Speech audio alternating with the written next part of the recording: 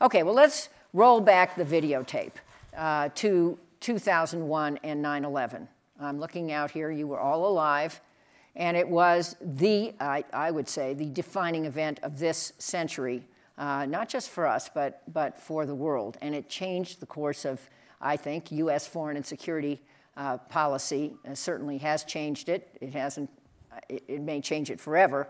But let's go back to that. All of these people had jobs in various security jobs. So maybe we should just talk about what the mindset was after 9/11 as our country considered under the administration of George W. Bush entering into these two wars. Maybe we'll start with Dave.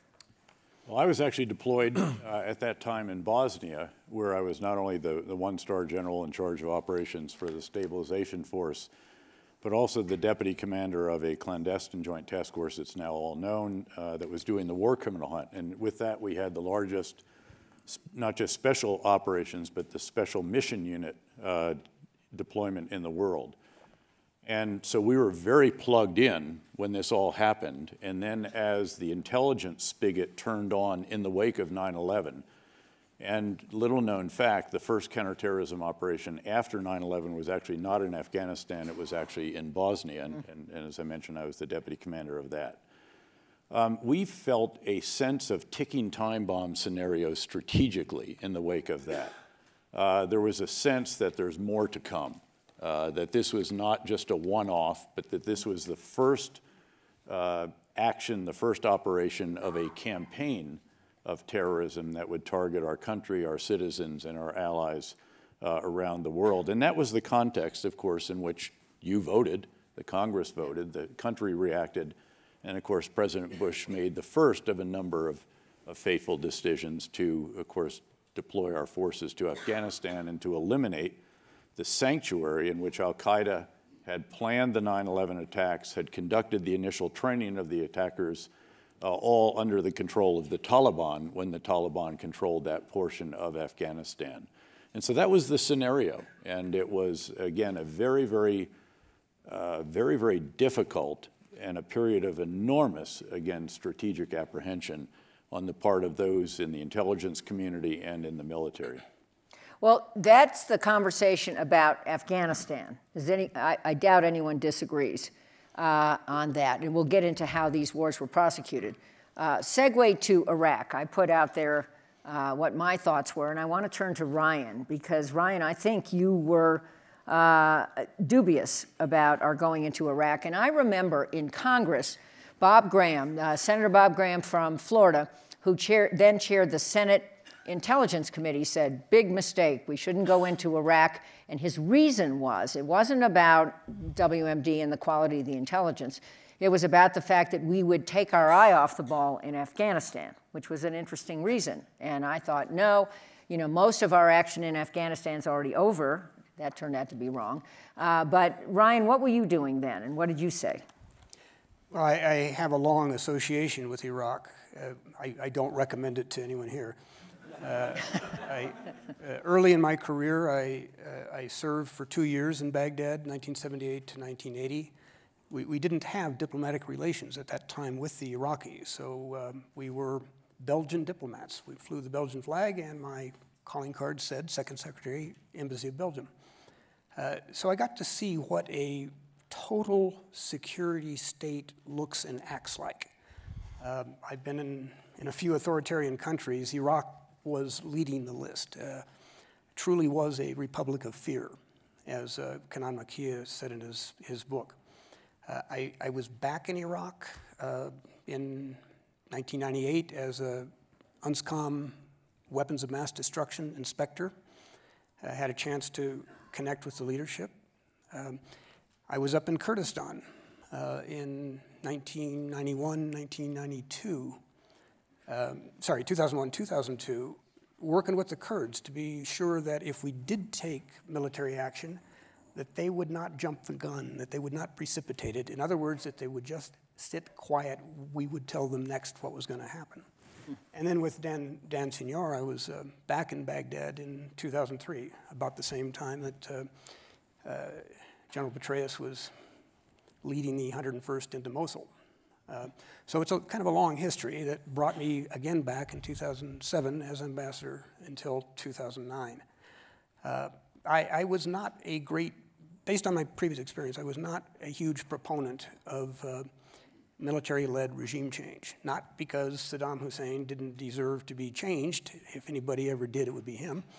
But because of the now what. Dave famously said, "Tell me how this ends." That was a black box. It's not that we weren't prepared for phase 4, post-conflict. It's that we could never have been prepared for it. You knock over somebody's regime, you are setting in motion actions and consequences that will go to the 30th and 40th order. So we're going to get to that, the 30th and 40th order, and with this group.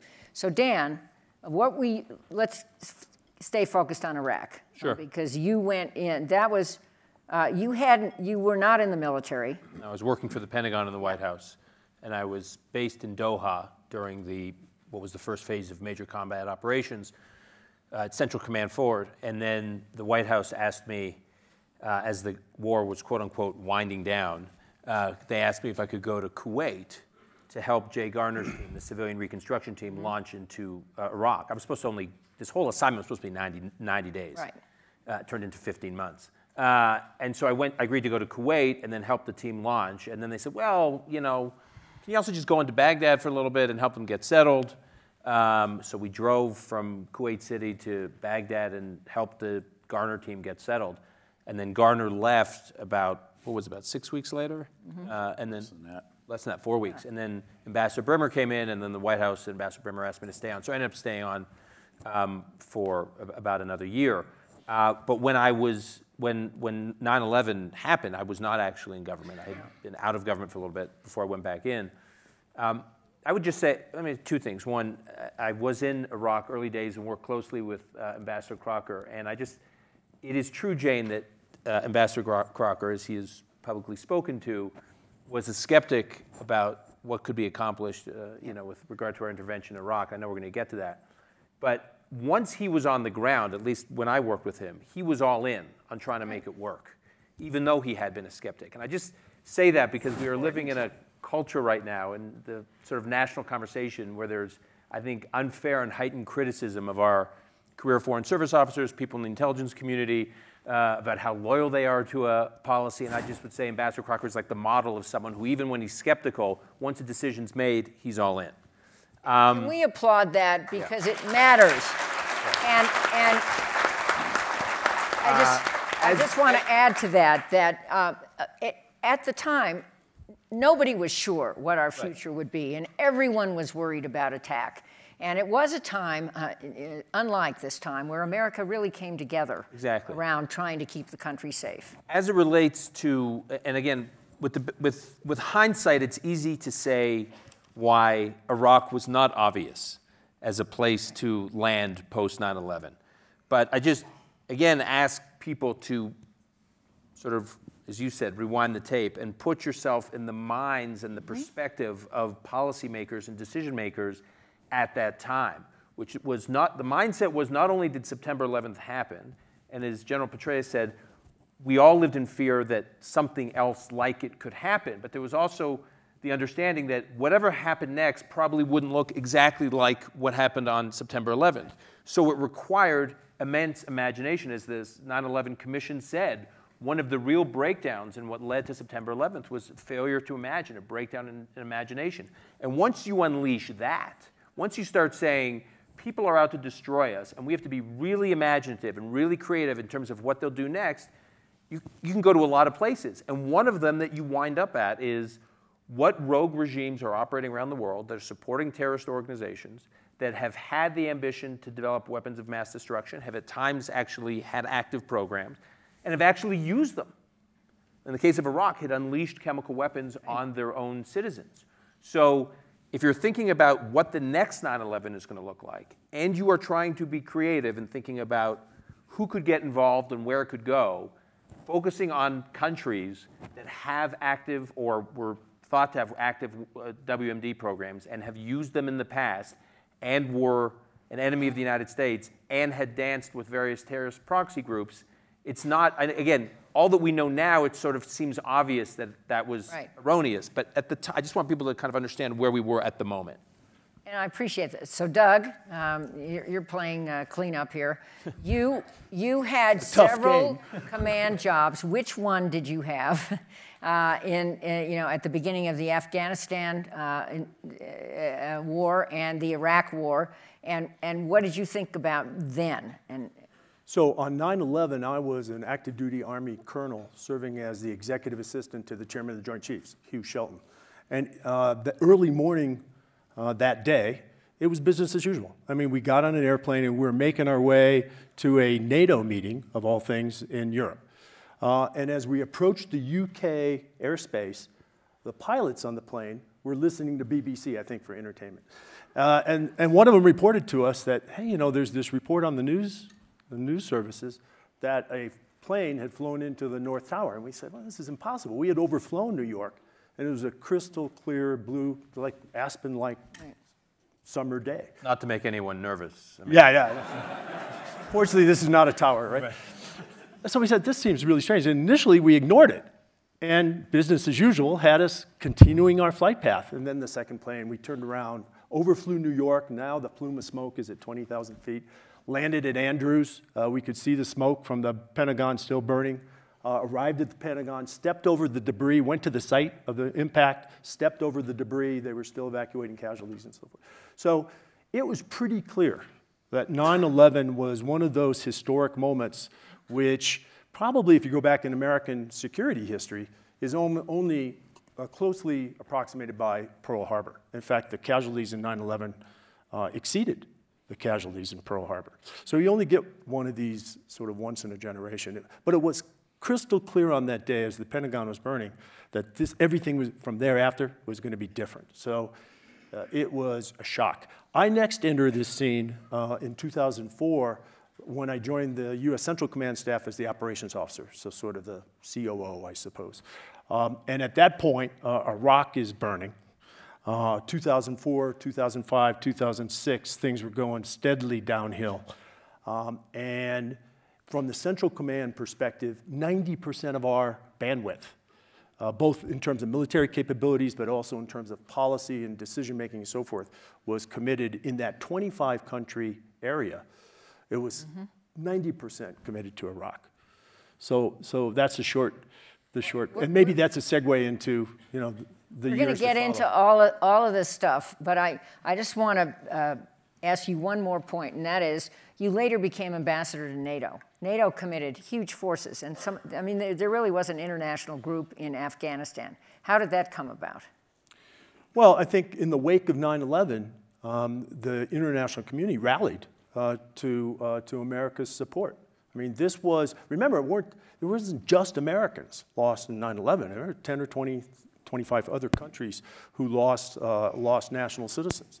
And there was this huge swell of international support for the United States. It's very interesting. I mean, Vladimir Putin, I think, made the first supportive phone call to the Oval Office in the wake of 9/11. And I think the thing I take away from 9/11 and NATO is that it's a perfect example of why we maintain alliances like this. When something like 9/11 happens, or we confront some lesser crisis around the world, the place to start when the dust settles is with your closest allies.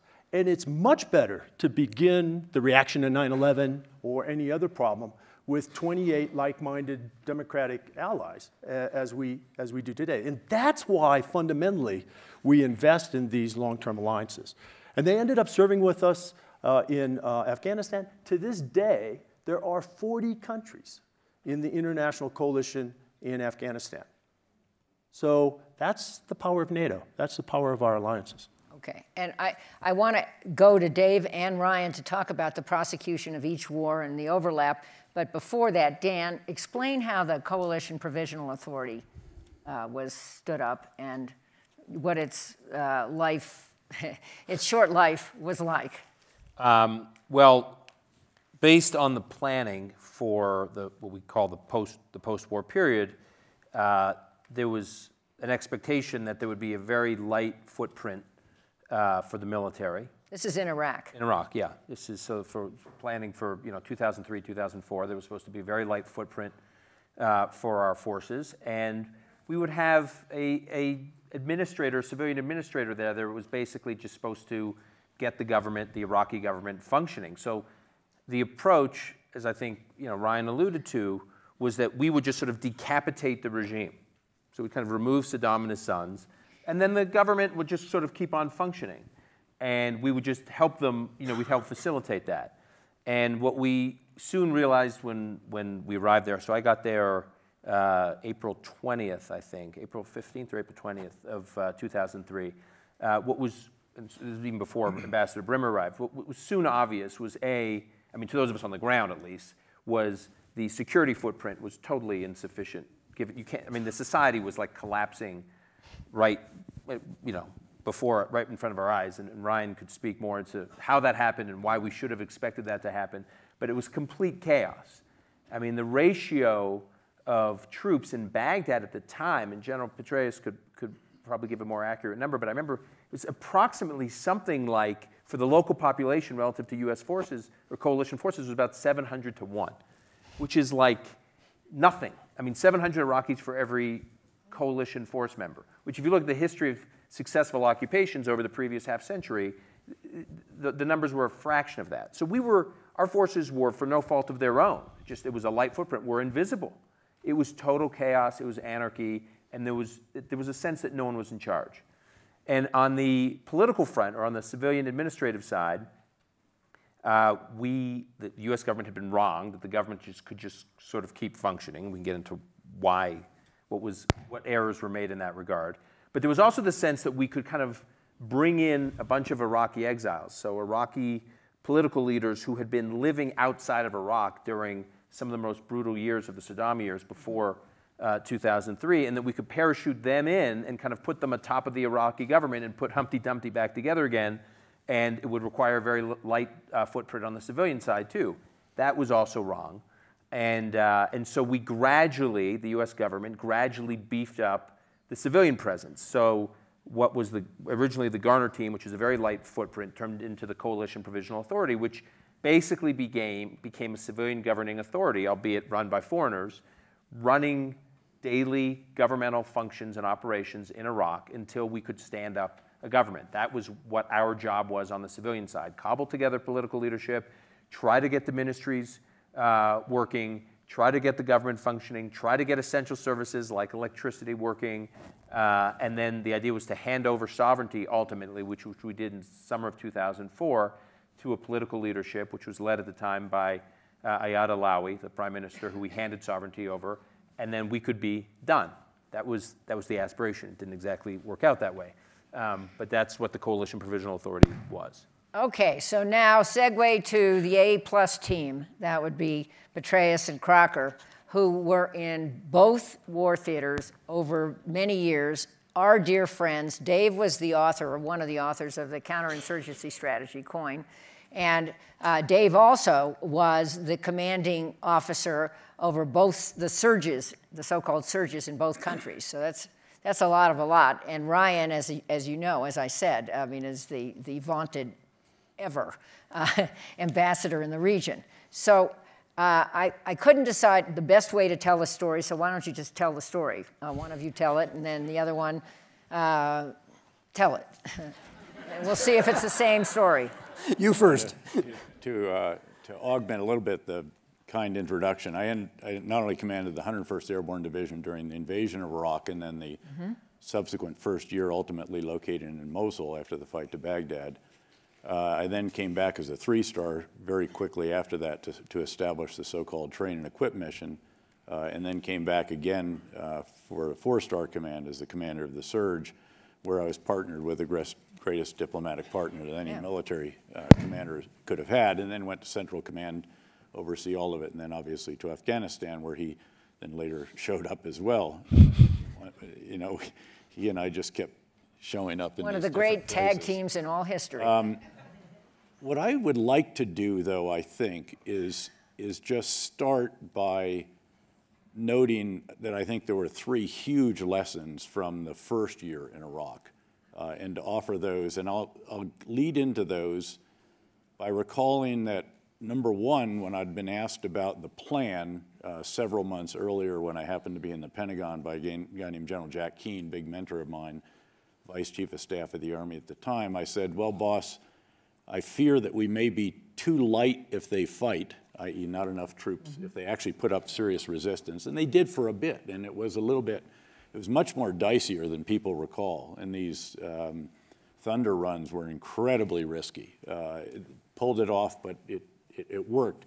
But it brought about the collapse of a regime, and then really became true what I said next, which was, I believe, we'll be too light if they collapse. And that was where Dan was just reflecting. Right. So on the eve of the invasion, we were called back into Kuwait City to the location where the headquarters was. And it was sort of a final get together with the commanders. Again, I'm just a 2-star at the time. There was a 3-star commander and then another 3-star who was his boss.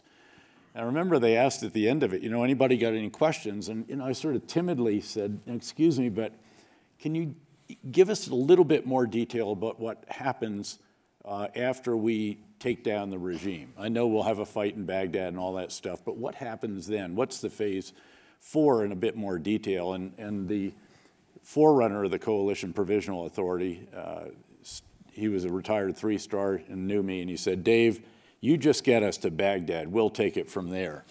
And I have remembered those words many times since then. Actually, we liberated the first big city in Iraq, Najaf, in the road to Baghdad, 101st.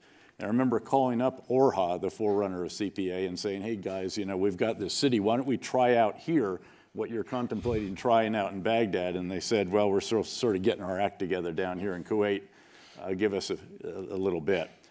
Now, as I looked back on that first year, it occurred to me that there are 3, again, massive lessons out of this. The first is that you should really understand a country in enormous detail with great rigorous analytical understanding before you invade it.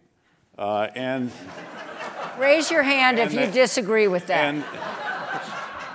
There's a deep insight. And that, I don't see enough of you taking notes. Yeah, exactly. And that in particular, you should have a real sense of what happens, obviously, should you take down the regime that is holding a multi-ethnic, multi-sectarian, multi-tribe country together. That's number one. Again, it sounds pretty obvious now, but the truth is that it sure wasn't obvious at the time. Second is that you should then use existing organizations, not pick up teams. With great respect to great Americans like Dan, who answered the call and went in to serve in the Coalition Provisional Authority, we should have just established an embassy right away, which we ultimately did 15 months after the invasion, but it should have been, or 18 months even. We should have done that right away. Tie it into a structure that actually has policies, procedures, funding lines, lawyers, all the rest of this. And then do the same thing. We built up, there was a makeshift engineering unit. Why don't you just use the Army Corps of Engineers? There was a contracting unit. Why don't you use, take your pick, Defense Contracting Agency, Army. But use existing structures and build on them rather than trying to invent something from scratch, especially if you're going to rotate people through. Dan was a hero to stay for an entire, the entire duration of this thing, but most people were cycling through every 3 months, which was entirely unworkable. And then the third is that you should ask the following question, which was always on the wall of my operations centers in the 2, 3, 4, multiple 4-star commands, a question that asked, will this operation take more bad guys off the street than it creates by its conduct? And the same applies to policies.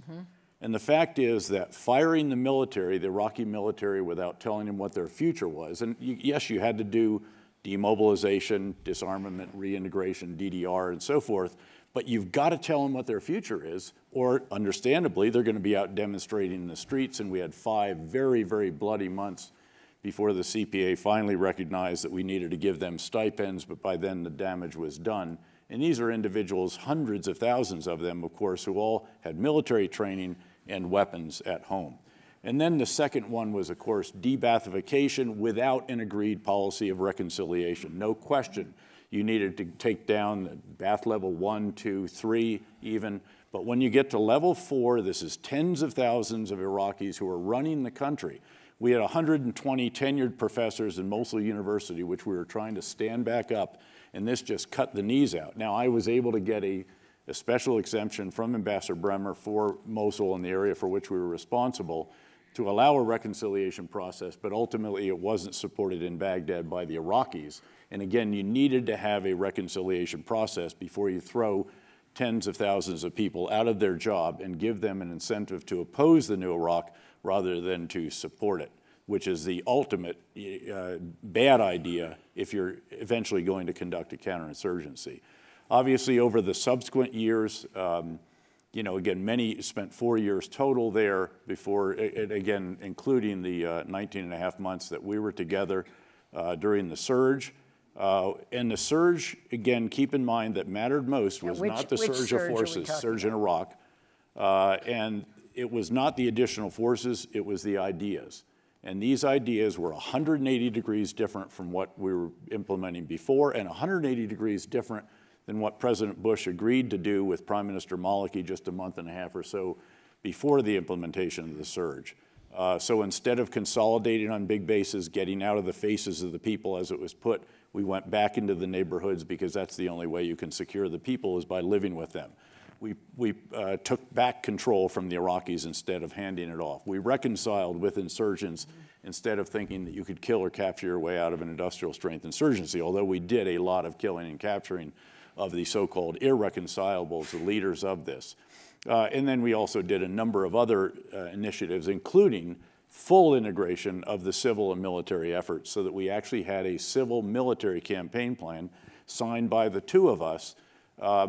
And I used to get flack for that from my higher headquarters about the, quote, civilian crap in my mission statement. I said, this is because it is a civil-military campaign. But so that gives you some sense of all this, what we should have learned, again, from that first year, and then what took us a number of years to learn about how to conduct a counterinsurgency, which we did have. I had a period of about 15 months back in the States when we did create the counterinsurgency field manual and overhauled every aspect of how we prepared military and, to some degree, civilians for service in Iraq and in Afghanistan. So Ryan, you get equal time, or at least time, and some looking back on it, and even contemporaneously, and let me just say, I went and saw some of this. It was staggeringly impressive to see what was going on at the village level. But some criticized it as, quote, nation building, far too expensive, wrong role for the U.S. What observations do you have, or did you have at the time? Well, I'll start by just making some comments on Dave's extremely important points. Starting with the one about really understand the country you're about to invade. I didn't learn that in Iraq. I didn't learn that in Afghanistan. I came in shortly after the fall of the Taliban to establish our embassy in Kabul. I learned it in Lebanon in 1982. That was when the Israelis launched Operation Peace for Galilee to finally put an end to Palestinian terror into northern Israel by basically eliminating the PLO as a military actor. That did not end well, not for us, not for the Israelis. We seem to have been blind to the fact that there had been a coup in Iran and that new revolutionary Iranian government had immediately forged a strategic partnership with the Syrians. And it unraveled from there. So you gotta know who you're invading. And again, we're not equipped that way. I think there have been some changes in the military, particularly in the Army, so that the foreign affairs officer track is not now exclusively for intel officers.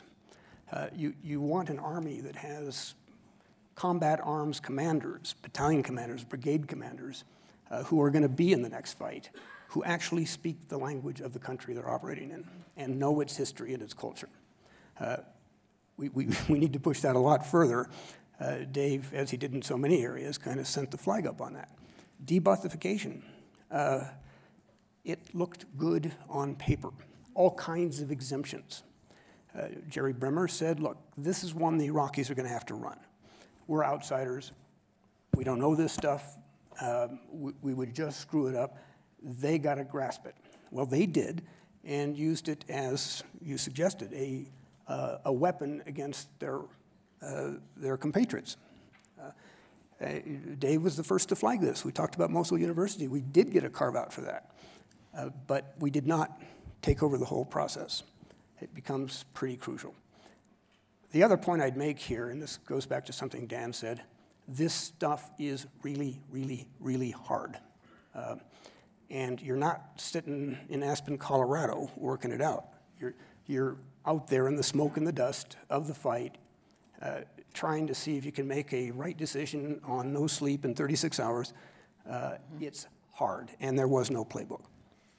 On this particular issue, Jane, yeah, nation building, not a great concept, but words count. I think the word I'd like to hear more of as we look at Iraq and Afghanistan, Syria, other crisis zones, stabilization.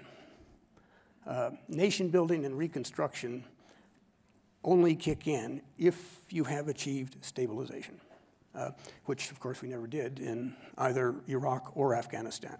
I just, you know, words count, and I think if you can make a mental approach to stabilization versus nation building, you can get to a lot better place than on that point, as I remember it, the 3 words of the coin strategy were clear, hold, and build. Not nation build, just build. And the military role was clear, and I guess the civil military role was hold, and then the build part was going to involve a lot more of local activity in stable spaces. Is that fair? We ended up doing almost all of it. We ended up doing it with the military, right, because that was the capacity. Clear, hold, build, and transition. Not just hand off, but you gradually transition. We gradually thin out as they take control. Yeah. But the challenge was that we just didn't have the capacity that was needed, despite the heroic efforts of the State Department. Absolutely fair. Repeated tours and so forth. Absolutely fair. So the military ended up having to do a great deal of that. So before, did I cut you off, Ryan? Because I wanted to go to Dan and Doug to see if they had anything to add on this. Just one more point on this. Dave's point on establish an embassy at the outset. We actually knew how to do that because that is what we did in Afghanistan. I was the one who went out there and ran the flag up for the first time. We were an embassy from day one. Would it have worked that well in Iraq? Definitely would have been a different story, probably a much harder story. But I guess I'm making this point to suggest there are all kinds of lessons out there based on precedent. Things you don't want to do and things maybe you do want to do. I don't recall anybody talking about the Afghan model for Iraq. I would just make 2 quick points. One, I remember soon after Ambassador Bremer had arrived, so this is sort of like late 2003, early 2004, he was having a phone conversation with Vice President Cheney, who was asking how Bremer thought things were going. And he said, Mr. Vice President, I think we have the worst of both worlds. We have an ineffective occupation. And what he meant by that was, if you're going to actually occupy, we can come up with you for stabilization, but it was an occupation. If you were going to occupy, you better do it well.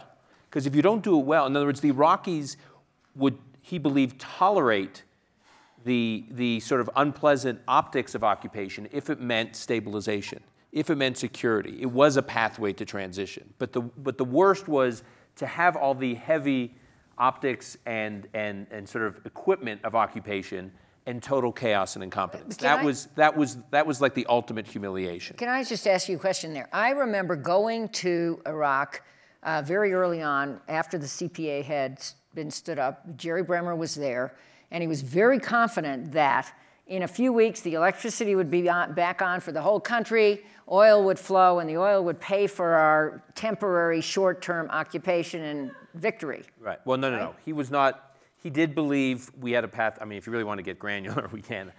He did believe there was a pathway to restoring electricity, not to pre-war levels, but to something that was more manageable.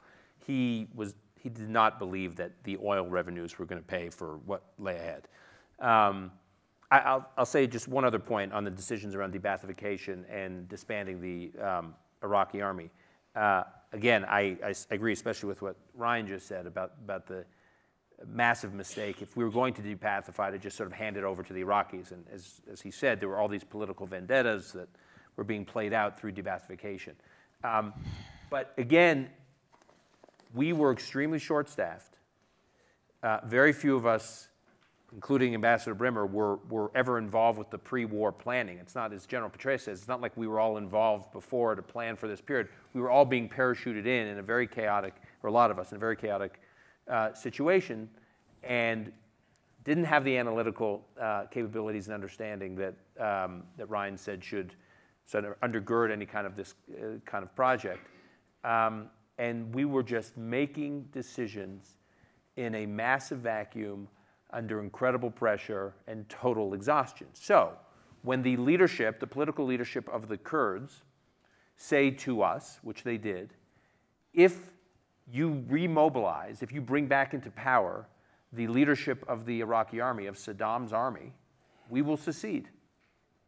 When the Shiite leadership said to us, which represented the overwhelming majority of the population, the Shiite political leadership said to us, if you don't debathify and if you bring back Saddam's generals, we will be in open revolt against the US efforts here. That would be the majority of the population. And they had reasons to distrust us because in the first Gulf War, they believed, rightly so, that we encouraged them, the Shiites, to rise up against Saddam, and then we weren't there to back them up, and they got crushed. So they came into our arrival the second time with great distrust. So, you know, we're like drinking out of a fire hose trying to make these decisions and trying to hold everything together, and we're thinking, wow, if we lose the Kurds and we lose the Shiites, we lose the country. So we got to be we got to be responsive. I could argue we're being overly responsive, and we lack that capability that you speak to. But in retrospect, I understand why these mistakes were mistakes. In real time, keep in mind, this is April, May, June 2003. The regime had just collapsed. It was not as clear-cut. Right. And I actually interject something here because there was... Right. And then Doug. One of the challenges, candidly, was that when Ambassador Bremer arrived, some of us had been on the ground for 2 months. I mean, we actually now knew something about Iraq. Up in Mosul and Nainawa province, we already had a governor. We had an interim council. We were already training Iraqi security forces. We were an occupation force by the Geneva Convention, and we were carrying out activities in accordance with that. The challenge was that there was no consultation whatsoever with those actually in the field. In the military, when you do an order at high level, you actually bring in planners from the subordinate levels, and that was not done, and that, again, we could have headed off a lot of this had that been the case. I agree. I just got to respond to his response to my response. I agree with that. I would also add, which is an angle that we're not getting into here. It's difficult to overstate again, this is not an excuse. I'm just trying to paint a picture of what we were dealing with. It's difficult to overstate the pressure we were under from Washington, as Ambassador Brimmer used to call the 8,000-mile screwdriver. And there was huge pressure on us to get out. The Pentagon, many of the players in the Pentagon were still operating with this operation that we could get out. We could hand authority over to Ahmed Chalabi and a few other exiles and be done with it. So I think we've Doug, capably demonstrated. Sorry? Yeah. We have transitioning capably to Doug, 'cause we're demonstrated gonna Dave's first move. lesson, right? Which is that you ought to know what we're doing beforehand. So we're not 15 years later talking about this at Aspen, right? But I'd like to just expand on that lesson because I think all of us have our sort of 3 or 4 lessons because, look, this is a life-forming experience for all of us, right? So we've had time to reflect on this now. We all carry around in a card sort of our key lessons. But my guess is every one of our first lessons is the same. And it's this question of understanding the setting, understanding the environment. Let me just expand on that quickly in 2 ways. First of all, it's not just the country in question. It's the region. Yeah. And Good point. just like you have to master the country in question, so demographics, geography, culture, history, and so politics, economics, right? But you have to expand that mastery to the region because we found out over and over again that it was what was going on nearby in Turkey, in Iran, in the Gulf states, in Syria, that so influenced what was going on inside Iraq. And we're living that same experience today in the region around Afghanistan. The second point is, you know, for Americans to say, for us to say, well, we have to master the portfolio, right? We have to master this. It suggests that there is a level of mastery sufficient to generate success, to almost guarantee success. And so I add to the first lesson a second, a corollary, right? Which is that you must couple mastery with humility. Because the reality is, none of us is ever going to really master and really know places as complex and as foreign as Iraq and Afghanistan from here. It's just not going to happen. So this is a twin lesson, right? Mastery and humility. Okay, so I want to get to your questions, but I want to ask a final question here. Remember, I started out by saying that I was in Congress and I voted on the 2 authorizations to use military force. One in 2001 to authorize force in Afghanistan against those who had attacked us on 9/11.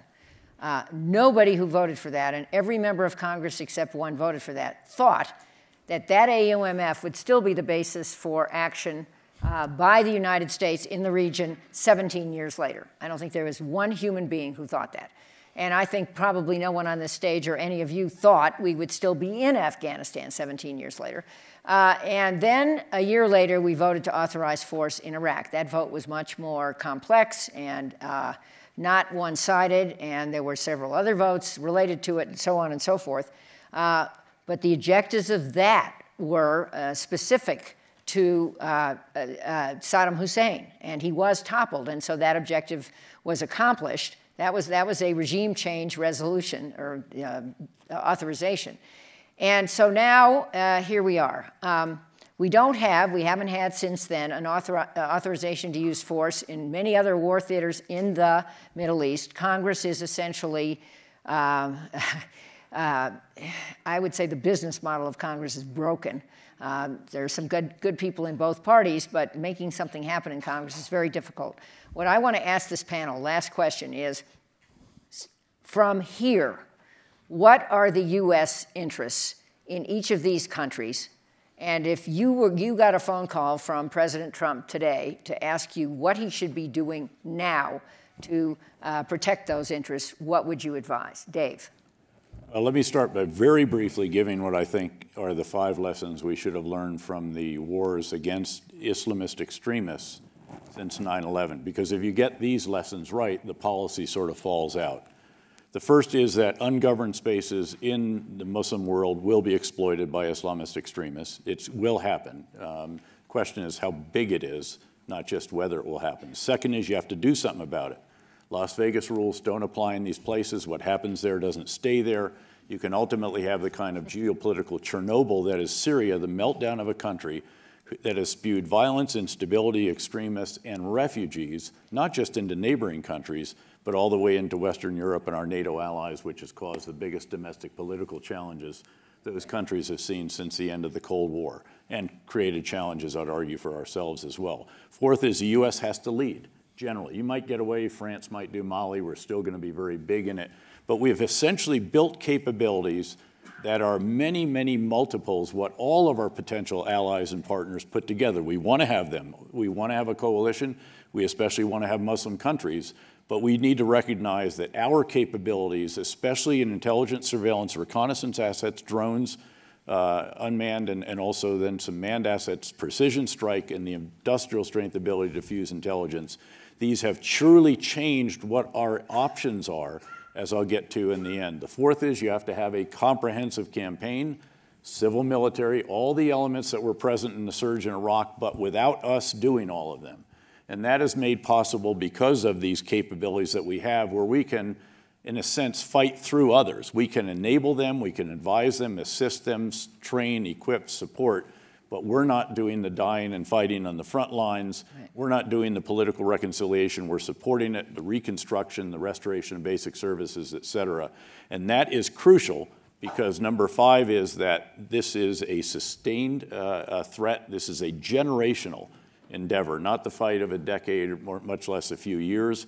We have to acknowledge that, and if you do acknowledge it, then you realize you have to have a sustained commitment, but you can only sustain a commitment if it is sustainable in terms of blood and treasure, and we have actually figured out how to do that. I would argue that in Afghanistan, we are now conducting a campaign, however fraught the security situation, but it is quite sustainable in terms of blood and treasure. And what we did in Iraq, where both of us felt we should not have pulled out, but we did, but we ultimately did figure out how to do this, and a credit to the previous administration, and then this one has built on that. So that's how I would come down on that. And I think, again, always it helps to get the big ideas, the lessons right, and then the policy generally falls out from that.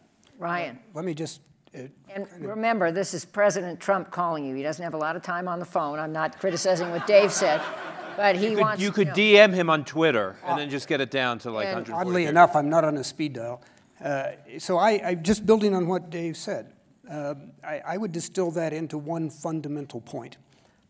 Is the United States of America prepared to continue its global leadership role established after World War II? The anecdotal information out there is no. But it didn't start with Trump. That backing away started with President Obama. You look at you mentioned refugees. You look at that. We chose not to lead in the refugee crisis. That has now given us more disunity in Europe than at any time since World War II. That is a strategic consequence of deciding you don't want to lead. So it all comes down to that one point, and I think everything else Dave said follows from it. Is the United States prepared to continue that leadership role or not? Because if you are, all of the rest of this kicks in. We can figure out how to do it. So what's your advice to Trump? Lead. Lead. You know, I would actually, I'm very critical of a lot of things the administration has done. I will say on this particular issue, on Iraq, if you look at President Trump's rhetoric during the campaign, which was basically, it's a disaster, it was always going to be a disaster, it will always be a disaster, we're getting out. Relative to what the policy is today, I think the administration has been pretty responsible. And it's a credit to some of the people who were advising him on this issue, like H.R. McMaster, like Jim Mattis, and Vice President Pence, and the President himself. I think you, General Lute, and General Petraeus could speak to this more, but from my understanding, some of the things the President's done on rules of engagement have been very important and been an improvement over what existed in the previous administration that has enabled our forces to be more effective, not only in Iraq, but elsewhere. But Afghanistan, too. Afghanistan, too. Because that was against his instincts. Right, right. Stay there and plus up modestly. Right. Reduce some of the restrictions on use of So you would say you're doing the right thing. I would say you're doing the right thing, but one other thing I would say, and this is the part he wouldn't like. Of course, he would like the praise. The part that he wouldn't like, just picking up on what Dave and Ryan said, this issue about ungoverned space, I mean, to me, that's like the game, right? If you have collapsed states and this ungoverned space, you can it's like as certain as night follows day. There will be chaos, and bad actors will seize on filling the vacuum and capitalizing on the chaos. So it's not just what will happen in Iraq if we have a failed state there, which if you look at the most recent election, we could have. You could have a total government collapse there. But are we resourced to deal with these stabilization situations in these ungoverned spaces when they pop up? Iraq, Iraq we actually knew was coming, you could argue. We should have known it was coming. But Yemen, Syria, Libya, I mean, you could start going down. At any given moment in the world we live in today, we could have failed states left and right. And if ungoverned space is what flows from those collapsed states and bad actors start trying to fill the vacuum, we do not have the resources in the U.S. government to deploy the kind of expertise that Dave and Ryan spoke to that we need in each of these situations simultaneously. What if we had to deploy stabilization forces to build back up government capabilities in Yemen and Syria and Libya tomorrow? We're just not resourced to do that. And that should be, in my view, a U.S. policy priority, is developing those capabilities. And let me add to that toxic partisanship at home is helping to create a failed state in America, which is a tragedy because that makes it much harder for us to do what I think everyone agrees we should do, which is lead. Doug. So Jane, you asked the fundamental question here, which is interests. So where are our interests? Yep. And I think I think Ryan said words count. And there's a difference between important interests, and we have important interests virtually globally. And most of those interests, though, are interests in stabilizing unstable situations, right? But we have vital national interests in only a few places, I would argue. And I think vital national interests initially took us to Iraq and Afghanistan because of the potential connection between the worst things that could actually happen to us. That's vital, right? So this is global, transnational, global reach terrorism, extremists, potentially with weapons of mass destruction. I mean, the combination of transnational extremists with weapons of mass destruction took us to both places, okay? I think today, and if I had a shortcut, and I too won't get a call from President Trump, but if I did, I'd say the real challenge to vital national interests today is the very fabric of the international order that has allowed America to prosper for 70 years. So I never thought, after 40 years in the government, that I'd be sitting anywhere, much less Aspen, making the point that the very fabric here is at risk. I always took this for granted. But the United Nations, the IMF, the World Bank, the World Trade Organization, NATO, right, are all at risk today because America is not only not leading, as she has for 70 years, but appears to be a disruptive influence across this fabric. We appear to be the one who is tearing at the fabric. That is a vital national interest, and that's the one we should be focusing on. Okay, questions. I'm going to take several together because we don't have that much time. Mike is coming down. We're going to start right there. We're going to do, and then we're going to go right here, and then we'll go back. We'll come to you. I can't see. Someone in the back, raise your hand. Striped shirt. Okay. Hi, I'm Melissa Bryant. I'm the Chief Policy Officer for Iraq and Afghanistan Veterans of America, or IAVA. I'm also a former Army captain, intel officer. I worked as a civil servant in the Pentagon, the J2. Everything you're saying is music to my ears for everyone on this panel. My question, I would like to tease out a bit more, follows General Lute's statement of the fabric of our coalitions of the willing. As someone who specialized in that for nearly 20 years, I'm deeply concerned about our international relationships. I'm concerned about our partners, particularly from the intel perspective, as General Petraeus noted, the ISR, all the things that they bring to the table, and their Paul Mill analysis. I can tell you in Afghanistan, when 9/11 happened, we only had one Afghan analyst at DIA at the time. And so all of this that they bring to bear, I'm concerned that we're losing that now. Thank Can you please expand on that? Thank you. Here? Hi, my name's Tim Berry. I'm a U.S. Army veteran, had a chance to deploy with General Petraeus' 101st as well. To speak on humility, what General Luke was bringing up, do you think the national security establishment, which you all represent in some fabric, has been humble and given like an internal audit and accepting the fact that the election was almost like a rejection of like conventional wisdom idea of like the national security establishment had set for so years? Interesting. Thank you. And question here. You have a mic? Right here. Pass it. There we go. Teamwork. Thank you. Hi, brilliant, Kati Marton. Brilliant. Oh, Kati. Hi, Kati. Hi, Jane.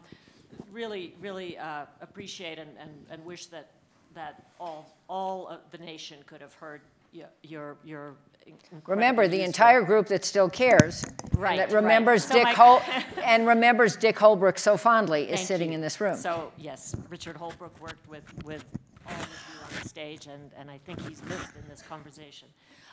What I want to ask you is that the people who were at the other end of the 8,000-mile screwdriver have never, to my knowledge, acknowledged mistakes made, lessons learned, and yet some of them are in office now.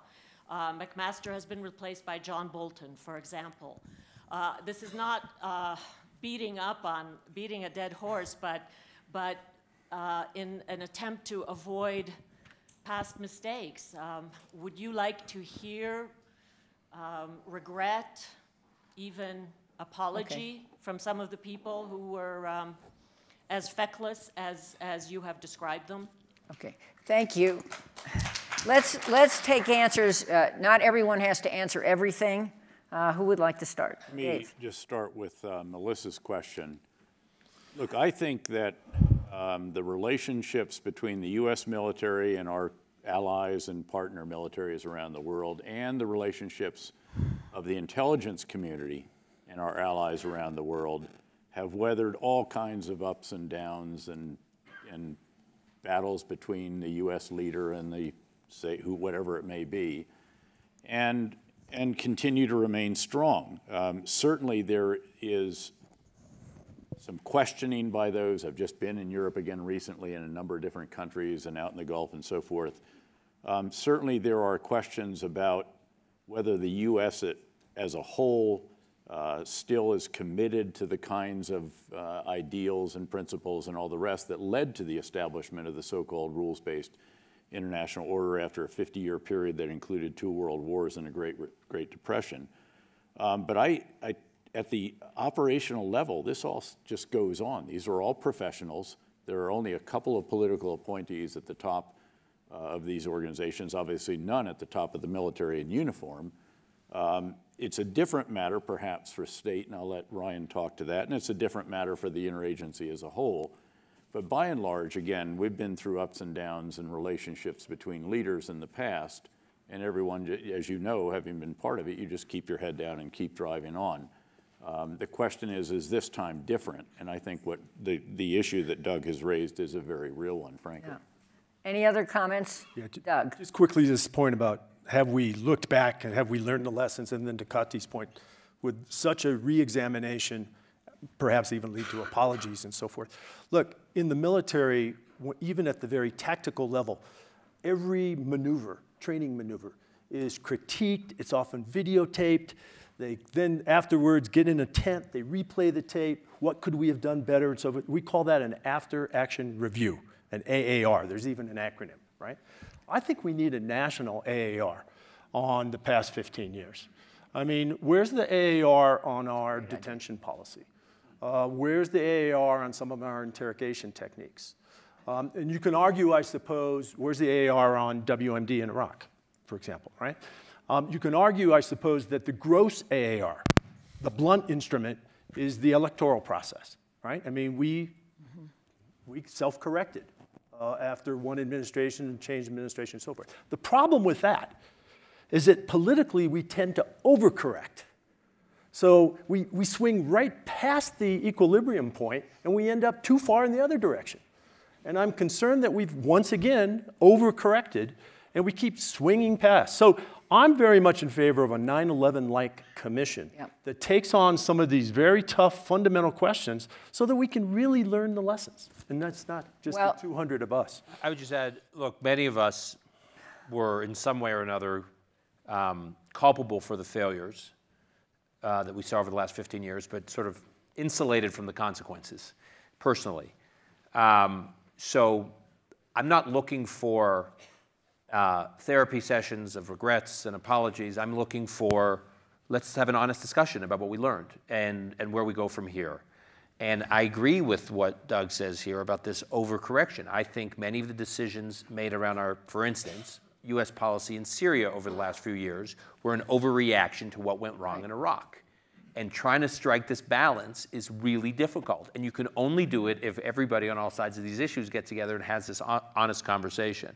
On the how we should read the 2016 election, I think, I mean, this could be the subject of an entire panel, but I think, you know, for simplicity's sake and in the interest of time, it was a rejection of institutions across the board, domestic institutions, economic institutions, you know, organizations, central organizations of power, corporations, national security institutions. It was a rejection of the people who've been in charge for the last several decades, whether it was domestic policy or national security policy. I will say, even with all that rejection, I am still struck by the fact that this president, given where his base is at on some of these issues, is willing to maintain some commitment. At least, I'm worried about where we are, U.S. policies right now in Syria, but at least in Iraq and Afghanistan.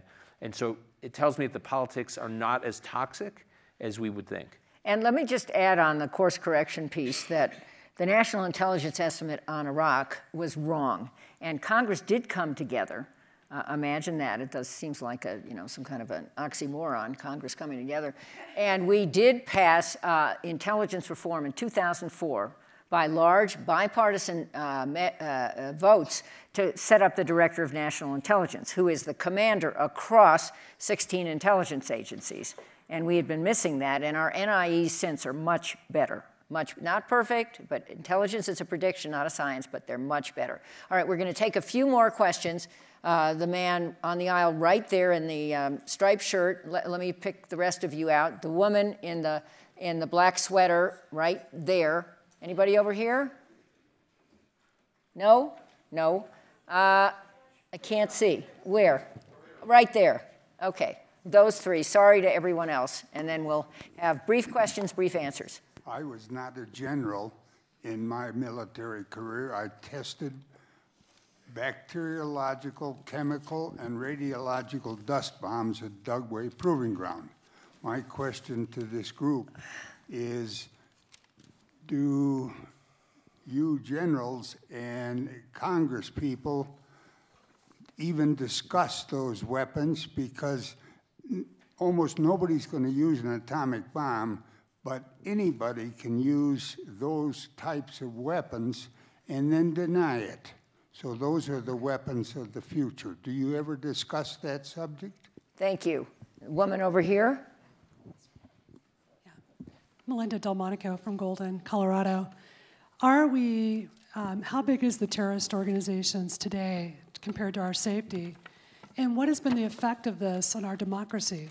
When we look at Snowden and everything else that's happened, what is the state of the democracy in line with keeping us safe as a nation? Okay, and over here. Yes, my name is, oh, you have a microphone. Good. My name is Bruce Lane from Washington, D.C. My question is, what is the end game in Afghanistan? We've been fighting there for a long time. It seems like we've had some progress. We've gone backwards.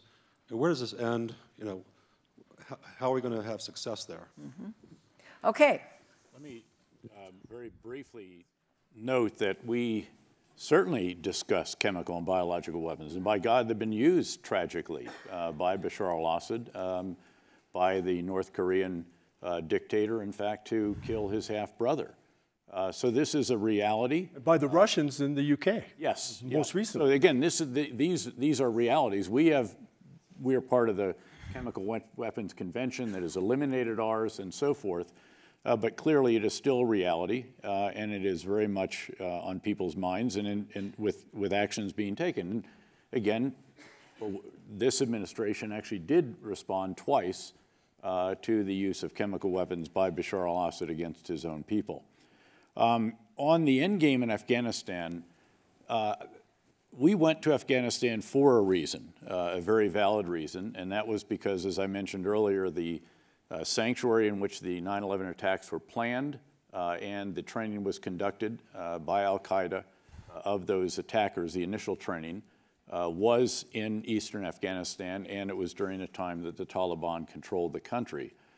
We've stayed principally because we want to ensure that that sanctuary is not reestablished. There's an incredible affinity of al-Qaeda and now also ISIS for this part of eastern Afghanistan. It must be something tribally or some other way. It was always lost on me when I was the commander there.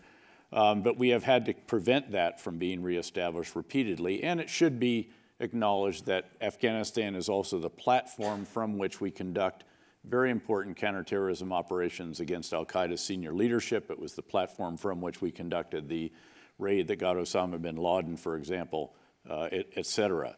And as I mentioned when I tried to distill the lessons that I think we should have learned from this period of some 17 years or so of fighting against Islamist extremists, this is a generational struggle, and we have to keep at it. What is hugely important, of course, is that the commitment that we make is sustainable, and that's why it's so important what has happened under the previous administration and now built on by this administration, where we actually have, I would contend, sustainable strategies which we can continue for quite some time. Let's not forget that we've had troops on Korean soil since 1950, and we've had troops on NATO Europe soil since the end of World War II.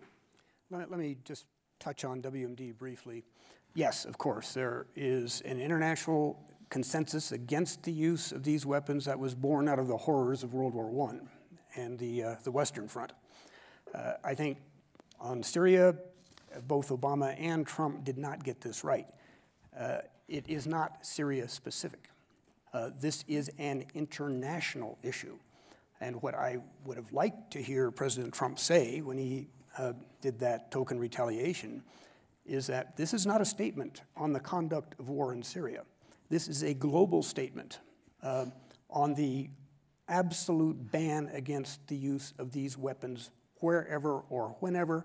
Had he done that, he might have actually got some resonance in Tehran. They know what chemical weapons are like because the Iraqis used it on them during the Iran-Iraq War. On Afghanistan, look, we have seen this movie. Yes, we all get it. We're tired. Nobody's tireder, I suppose, than you and I. You know, I've had 7 years since 9/11 in Iraq, Afghanistan, Pakistan. You've had even more. There are worse things than being tired. In the case of Afghanistan, it would be letting those groups that brought us 9/11 win that particular fight. They haven't gotten any mellower. They have gotten tougher and more determined. Remember, we've killed all the slow and stupid ones by now. Those out there in the Taliban leadership and the Al-Qaeda leadership have given up 17 years of their life, too, to get Afghanistan back. And it doesn't stay in Las Vegas. This is a crucial issue for U.S. national security. Right. And on democracy, thank you for raising it. We have values as well as interests. It's a really tough task to join the two. We're the only major country that is in that situation.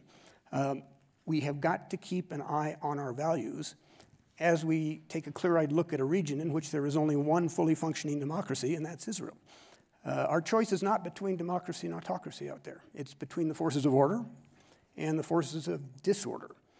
This is the time to take a stand with the forces of order and through the construction or reconstruction of those relationships, create a climate in which we can incrementally push for better governance and, above all, the spread of democracy. Yeah. Any other comments, Doug? Very quickly on Afghanistan. I think the end game here is to do as we say.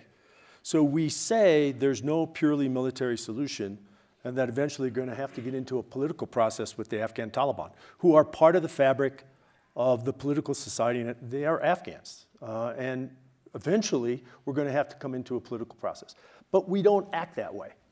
We act as though there's still somehow an imaginary military solution. So I think there's a big disconnect in terms of bandwidth, resources, creativity, manpower, person power, between these two parts of the equation, the military part and the political part. I'd like to see a much greater emphasis on the political efforts.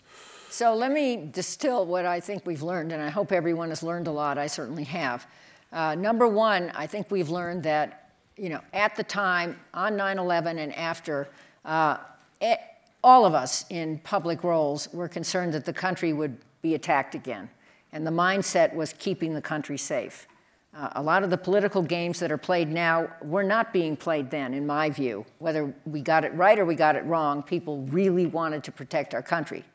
Mistakes were made. They have been documented on this panel by people who either saw them or made them. And I think this was an incredibly candid panel. Lessons were learned, or should have been learned, from the mistakes and from the successes. And a long list of those lessons has been put out here. I think everyone here thinks the U.S. must continue to lead. Leadership is not just using military prowess. It is using smart leadership, which is a combination of our State Department / diplomatic possibilities, the private sector, which wasn't raised but should be, and a concept of what roles we can properly play in the region. And I think most people here, certainly most people on the panel, including me, think we need to do that. I've got to wrap, but I just would say one last thing that I think was also discussed, and that is that the people of America need to be part of the conversation about how to go forward. And a way that that could happen is if Congress, on a serious bipartisan basis, would debate an authorization to use military force, a new one, to define the actions the United States is taking and should take in the region for the future.